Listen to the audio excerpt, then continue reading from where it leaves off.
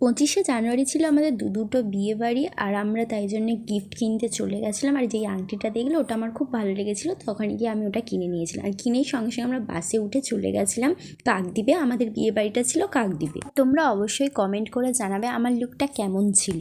আর এখানে হচ্ছিল জামাই বরণ, আর ঢোকা মাত্রই আমি তো ফুচকার স্টল কোথায় খুঁজে চলে গেছি। অনেক কিছু স্টলের ভিডিও আমি নিতে পারিনি। আর এখানে হচ্ছে দাদাভাইটাকে লঙ্কার শরবত খাচ্ছিল, আমরাও তাড়াতাড়ি খেয়ে নিয়েছিলাম বিয়ে দেখবো বলে।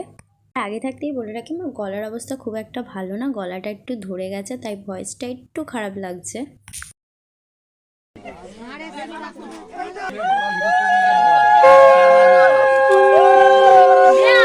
আমি না কোনোদিন এরকম গোলাপ ফুল দেখিনি, ফার্স্ট টাইম ওই দাদা ভাইটাদের বাড়িতেই দেখলাম।